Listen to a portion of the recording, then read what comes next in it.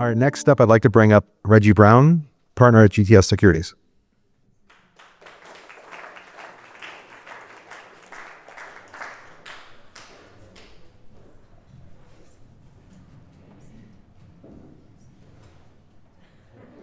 It's right. I know. Good to see you. As well. So you wear a lot of different hats. I have a few. A couple. Yep. On one hand, you're a market maker. You do a lot within the ETF world. I make markets. That's correct. You also collect a lot of art. It's a habit. Now, obsession, habit, Yep. fine line. Yep. You sit on the board of a really awesome organization, Creative Capital. Christine is the president and CEO. Yep. They give grants unrestricted to artists to build cool things. Check it out. $50 million across the country, last 25 years. That's a plug. It's not bad. And you also sit on America 250. I'll save you the hassle of saying the long name. I'm a federal commissioner. I'm planning to birthday of the United States. I sit on the exec committee, and I was appointed 3 years ago by leader Hakeem Jeffries. There's 8 Democrats. There's 8 Republicans. I'm a Democrat, and we come together in a nonpartisan way. Cool. That must be tough.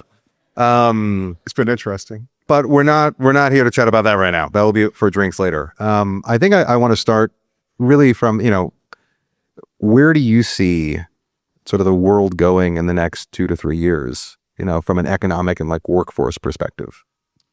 Well, it's interesting. I mean, you talked about the large language models and the chat agents.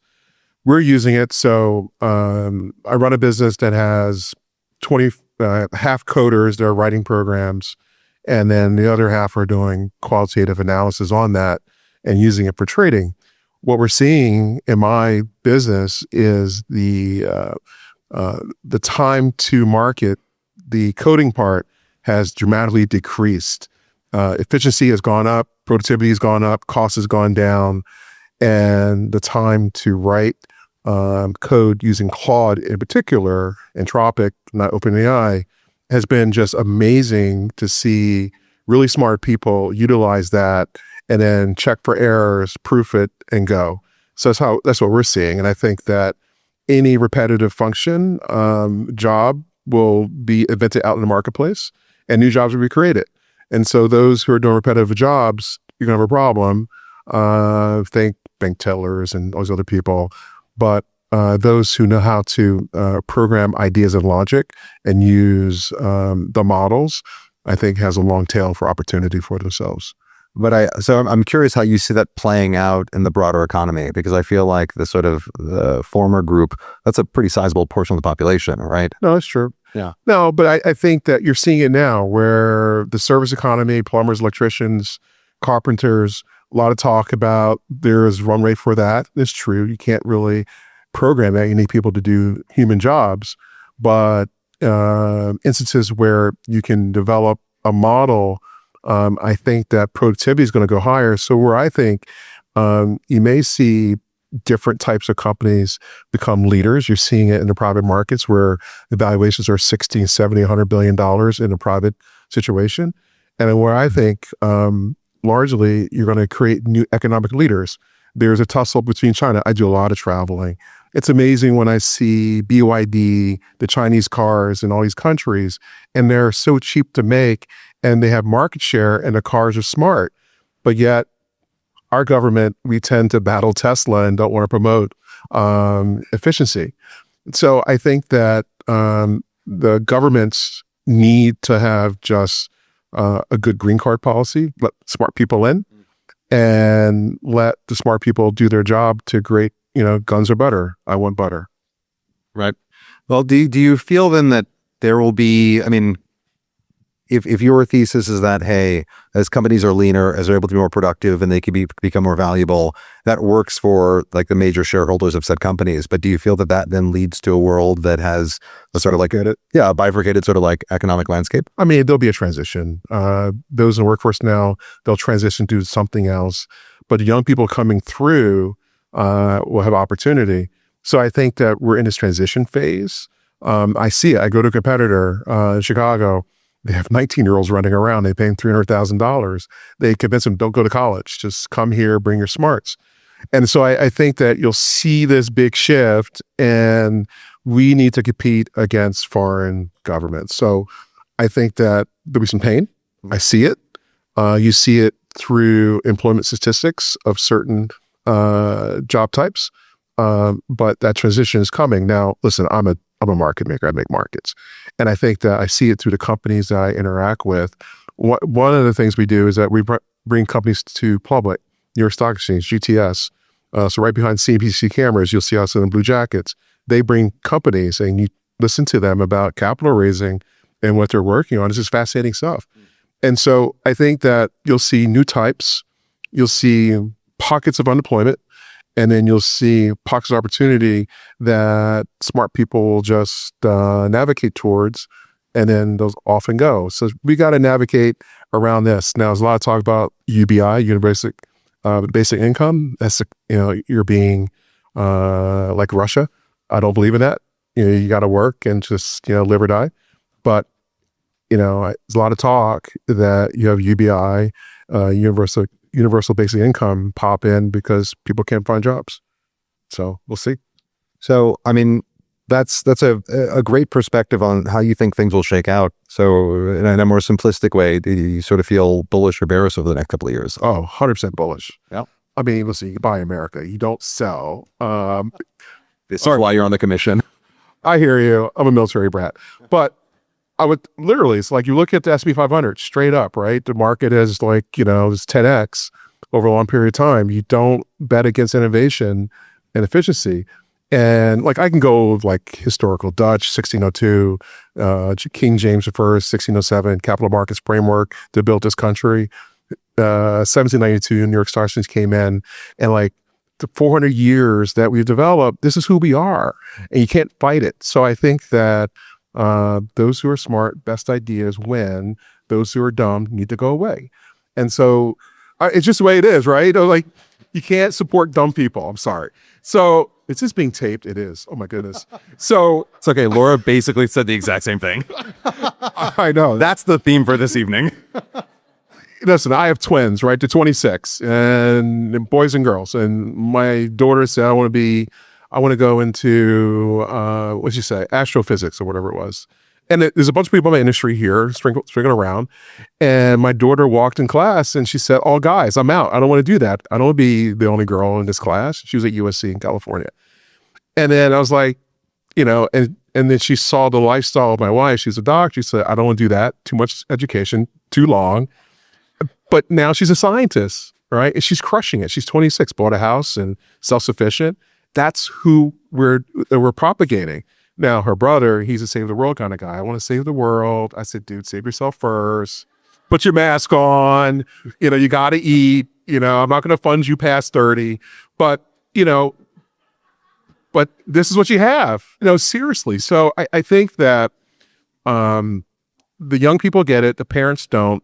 Helicopter moms get it, but they're sitting there. Now, I live in Pennsylvania, and I used to live in a town called West Windsor, right next to Princeton University. 95% of the kids in West Windsor, we lived there for a bit, they go to advanced classes. And in that town, the 5-year-olds go to the version of Kumon to learn how to code. I mean, that's what it is, right? We have to get American kids prepared. So we don't. So I digress because I know a lot, I see a lot. It's really fascinating where we're going. I think that I bounce around the world talking to, just different types of managers who are managing money, and they're all curious about how to apply, just the logic. And I think that where we're going as a world, the world's getting smarter, more efficient, and there's 8 billion people on the planet. We need to figure out to make sure that they're all competitive. So you interact with a lot of people, but you also interact with a lot of artists, as a collector, as someone involved with creative capital. And I'm curious how you're seeing artists feel around this anniversary. Yeah, listen, artists capture the moment and the time. Artists are the ones that set, American memory. Like you think of a time, a song, that's an artist. And then artists will capture what they're seeing, what they're feeling. And there's a lot of disruption in the marketplace. Now, whether you're a Democrat, a Republican, or a MAGA, the third party MAGA, whatever your personal view may be, whatever personal view may be, that's your view. I support that. I believe everyone should have the right to voice their own view. And so artists are capturing all this information and documenting it, and they're the historians, but they're setting American memory from this time. So we look back in 50 years from now, when America is 300 years old, we're going to look back and say, what happened at this time period? Now, the commission is bearing a time capsule in Philadelphia, and we're going to open it up in 250 years from now. And then I wrote on my card, world peace. And they're going to look back, what happened on this time period that this commissioner wrote world peace. And they're going to look at just the disruption that we have going on. And it was, it's kind of self-inflicted, right? And so I think that artists are definitely capturing, the museums are capturing it. And so we talk about freedom of speech, freedom of expression, but think about the number of universities, number of law firms, institutions bent the knee and didn't want to be attacked by our government. Think about that. Our government are attacking our best institutions, and the institutions have took a knee. And so the artists are looking at that like, So we collect, I'm a gun owner, Pennsylvania, I shoot guns.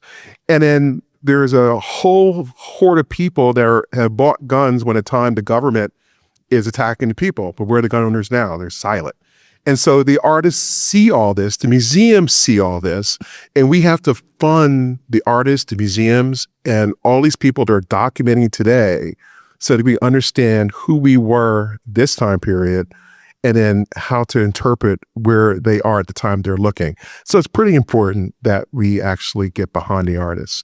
So with that, how do you see arts philanthropy changing over the next couple of decades? I mean, I think we're at a pretty pivotal point because, we started in the Western world with the church, and then it moved to aristocracy, and then it moved to like wealthy merchants. But and we were in that phase for a long time. But then you had these like multi-generational sort of people that would buy opera season tickets every year, and now it's not that anymore. So how do you see it growing and developing? Yeah, that's funny. I've been in the markets for a long time. I started when I was a kid, and the funders of artistic institutions had civic pride.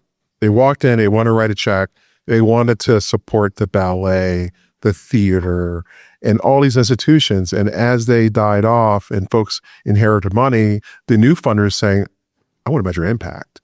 Tell me how my money is going to change something. Tell me how we're going to enhance the children's lives.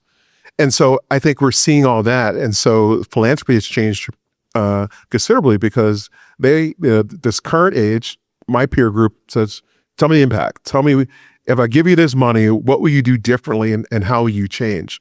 And so a lot of students are actually starving and having difficulty raise the capital. I see it. I was sat on the board, McCarter Theater, Princeton, Pennsylvania Academy of Fine Arts Museum. I'm on that board.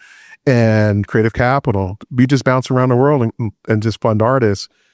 They have difficulty funding their projects, and some are pretty bold, and some fall into the lens of woke. I still understand what that word means. I'm still grappling with it.